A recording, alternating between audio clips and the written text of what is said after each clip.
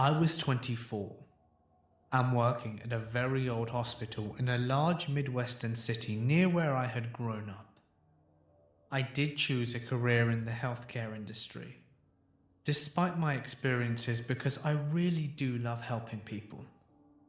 I didn't become a doctor or nurse though, despite my love and interest in the medical field, as I am rather squeamish. So, 1 month, we had to do a complete inventory and overhaul of medical records. Our hospital was finally getting on board with electronic records, so that meant a shit ton of work to do. We had to sort out records so that they could be destroyed by our contractor, as we couldn't legally do this on site. Records to keep and organize, and getting them ready to put into the electronic system, i.e. type them in manually.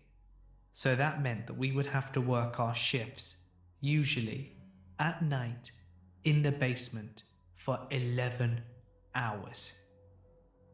Now, a hospital basement is creepy enough during the day. It's where the morgue is and usually where they transport the dead bodies. It's not like you can move them around upstairs in front of people. This particular part of the hospital had many stories of hauntings, but for the most part, I tried to ignore them. I have a bit of a reputation for being a bit hard to scare. So there's this one guy who works at us as a night custodian whose main goal in life seemed to be to scare the pants off me and every other girl working that shift.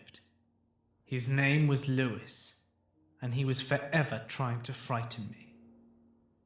So this night, as we're working away, we all hear bangs coming from across the corridor.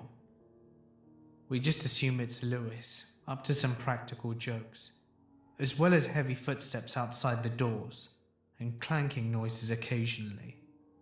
We had a lot of work to do, so despite the noises, we would always just tell Lewis to be quiet and please shut up because we were seriously trying to get this done. So near the end of the night, at around 3 a.m, it was just me and one other girl. She asked if I'd be okay by myself because she had to go home to look after her baby. I told her that I'd be fine and that she could leave. I was alright until about 3:20 anyway. Then the footsteps went from the hallway to the other side of the room, and the banging noises turned into someone banging on the cabinets. I also felt very strongly that I was being watched. These were old filing cabinets that had long, heavy drawers, so they were all metal. So you know what it sounds like when someone bangs on a metal object. Loud as hell. I kept yelling to Lewis that it wasn't funny, but the sounds kept on intensifying, close to the point that I started hearing heavy breathing behind me. I may have looked calm, but on the inside, I was terrified. I just didn't want to give whoever it was the satisfaction of knowing that I was scared. I just tried to ignore it and continued with my work. It seemed to be aware that I was going to ignore it, so it upped the ante. It would brush by my hair and touch my back and shoulders. I must have gasped or made a noise when it touched my back because it laughed right in my ear. It was a cruel and almost sinister laugh.